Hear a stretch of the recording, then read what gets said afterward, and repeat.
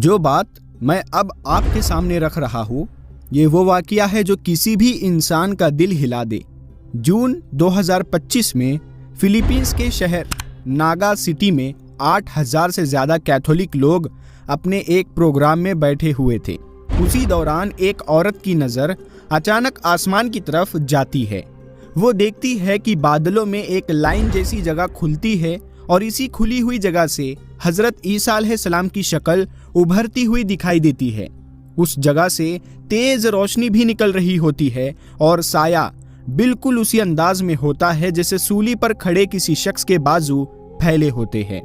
पहली औरत घबराकर चिल्लाती है कि जीसस यहाँ है और दूसरी औरत वही गिरकर रोने लगती है। लोग घबराहट और हैरानी में अपने मोबाइल निकाल लेते हैं और इस पूरे सीन को रिकॉर्ड करने लगते हैं। कुछ ही घंटों में ये वीडियो इंटरनेट पर फैल जाती है और देखते ही देखते 500 मिलियन से ज़्यादा व्यूज़ पार कर लेती है। सोशल मीडिया पर hashtag Jesus in the sky तेज़ी से ट्रेंड करता है। लेकिन सवाल ये उठता है कि क्या ये सिर्फ एक ही घटना थी? बिल्कुल नहीं। जुलाई में अमेरिका के अलबामा में भी आसमान में एक बड़ा सा नूर जैसा इमेज देखा गया जो कई दिनों तक नजर आता रहा। लोग कह रहे थे कि ये भी हज़रत ईसा अलैहिस्सलाम की शक्ल जैसी लग रही थी और इसका वीडियो आज भी इंटरनेट पर मिल ही जाती है। इसके अलावा फरवरी 2025 में कई लोगों ने ये बयान दिया कि यरूशलेम के बादलों में भी इसी तरह हज़रत ईसा अलैहिस्सलाम जैसी शक्ल दिखाई दी। अब ये सब आपकी आंखों के सामने हो रहा है, ये सब इंटरनेट पर मौजूद है और यही बातें लोगों को सोचने पर मजबूर कर रही है कि आखिर ये सब कितना सच है। क्या ये हज़रत ईसा अलैहिस्सलाम की ज़हूर की कोई अलामत है? क्या ये वाकई होने वाला है या ये सब कुछ किसी तरफ से दिखाया गया एक धोखा है? आखिर मामला क्या है, अब यही समझने की कोशिश करते हैं।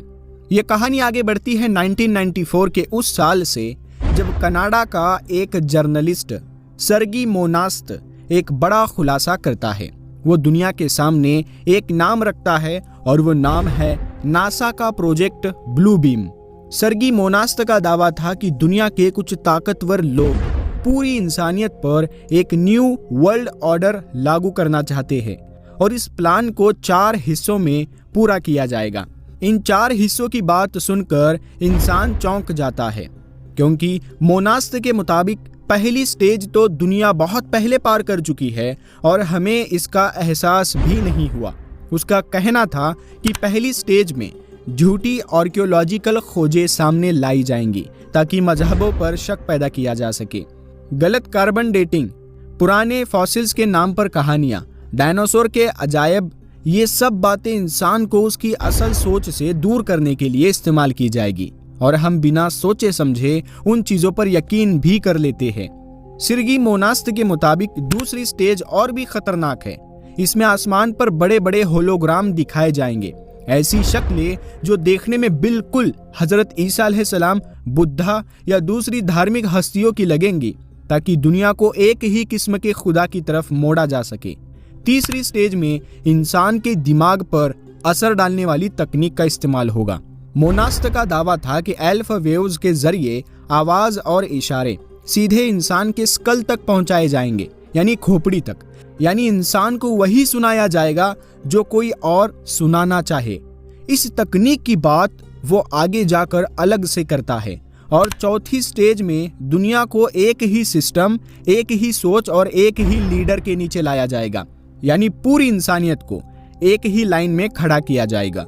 सर मोनास्त ने तो यहाँ तक कहा था कि यूनाइटेड नेशंस और नासा दोनों उस सिस्टम का हिस्सा है जिसे वो एंटी क्राइस्ट की तर्ज पर काम करने वाला बताता है। हैरानी की बात यह है कि मोनास्त ने ये सब खुलासे 1994 में किए, लेकिन सिर्फ 2 साल बाद 1996 में उसे गिरफ्तार कर लिया गया। गिरफ्तारी के तुरंत बाद उसे हार्ट अटैक हुआ और उसकी मौत हो गई। उसकी मौत पर न कोई बायोप्सी हुई, न कोई साफ रिपोर्ट सामने आई और मामला उसी वक्त बंद कर दिया गया।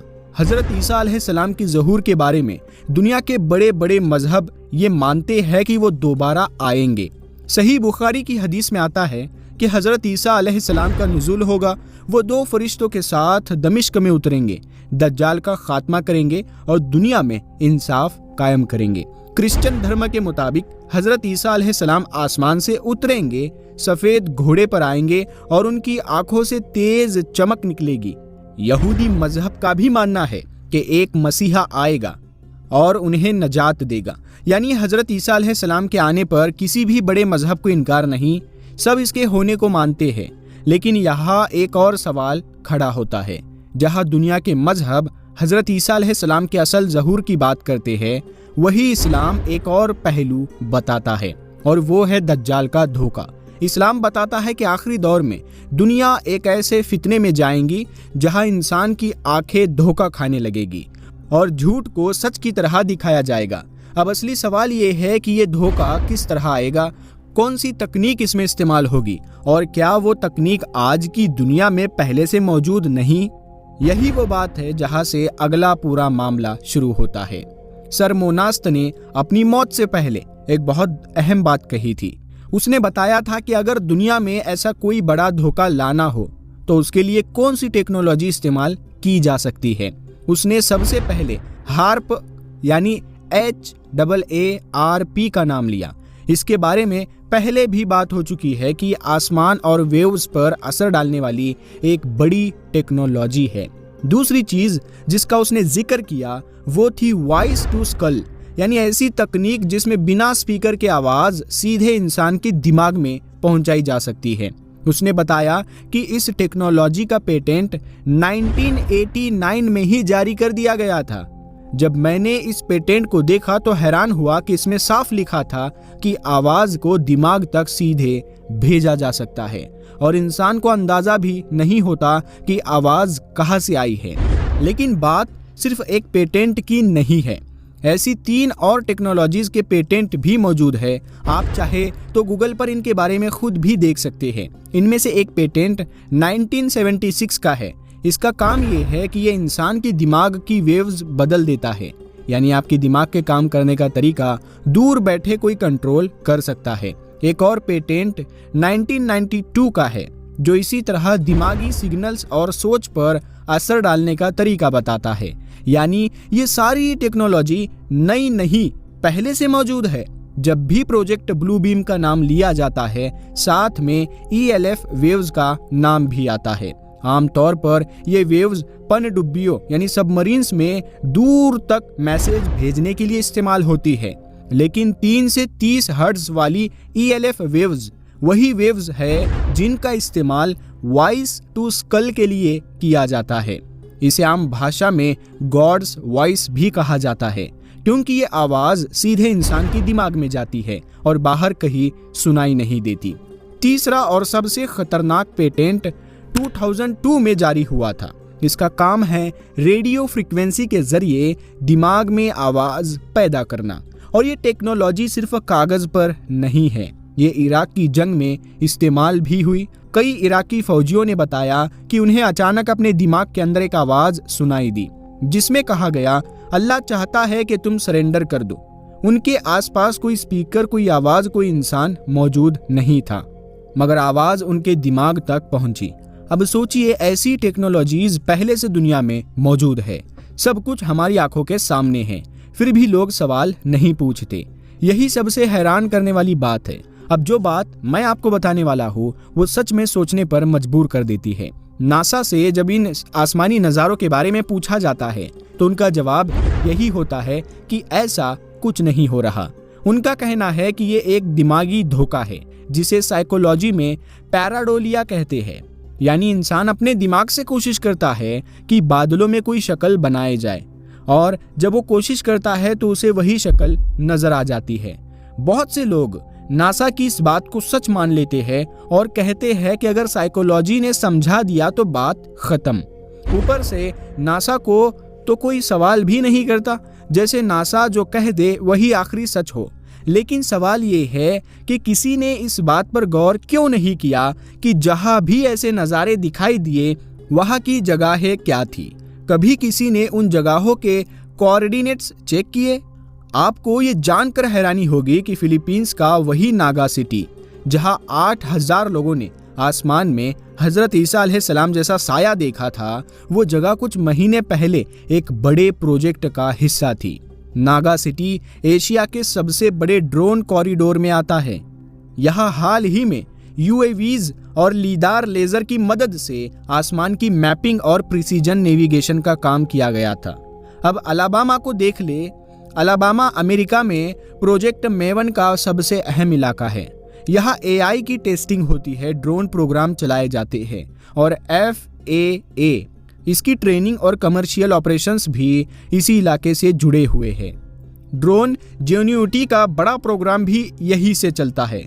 जब दोनों जगहों को ध्यान से देखते हैं तो बात साफ होने लगती है। जिन आसमानों में ये रोशनी और शक्लें दिखाई दी वो वही जगहें थी जहां पहले से आसमान पर काम करने वाली टेक्नोलॉजी चल रही थी। इससे ये शक और मजबूत हो जाता है कि जो चीजें लोगों को दिखाई गई वो कोई चमत्कार नहीं बल्कि किसी सिस्टम का हिस्सा भी हो सकती है। इस वक्त हम जिस दौर से गुजर रहे हैं वो सच और झूठ, असली और नकली के बीच का दौर नहीं है, बल्कि एक ऐसा दौर है जिसमें इंसान की आंखें भी धोखा खा सकती है। यही वजह है कि इसे डिसेप्शन का दौर कहा जाता है। रसूलुल्लाह सल्लल्लाहु अलैहि वसल्लम ने फरमाया है कि दज्जाल का फितना ऐसा होगा कि इंसान की आंखें धोखा खा जाएंगी, यानी इंसान को वही चीज सच लगेगी जो असल में झूठ होगी। अगर आज की दुनिया को देखें तो यही हाल है। हर तरफ झूठ ही झूठ बिखरा हुआ है। फेक न्यूज चल रही है, नकली चेहरे और नकली सेलिब्रिटी दिखाए जाते हैं। खाने से लेकर पैसे तक सब कुछ नकली चीजों में बदल रहा है। आज इंसान को हर तरफ से धोखा ही पेश किया जा रहा है और ये लोग सिर्फ आपके पैसे या घर के पीछे नहीं हैं, उनका निशाना आप खुद है और आपका पूरा खानदान है। मकसद ये है कि इंसान को एक नकली खुदा की तरफ मोड़ा जाए, दुनिया को एक ही तरह के मजहब में ढाला जाए और दज्जाल को उस तख्त पर बैठाया जाए जहां से वो लोगों को कंट्रोल कर सके। इस फितने का सबसे बड़ा वार आपके ईमान पर है और इसी ईमान को कमजोर करना, इसे खरीदना और इसे हिलाना इनका असली मकसद है। इसीलिए ये सब समझना, सवाल करना, अपने लिए रिसर्च करना, हक और बातिल में फर्क ढूंढना और अपनी आवाज उठाना, ये सब पहले से कहीं ज्यादा जरूरी हो चुका है। सबसे अहम यह है कि इंसान जागा रहे, सोया ना रहे और हर चीज को यूं ही बिना सोचे समझे यकीन ना करे।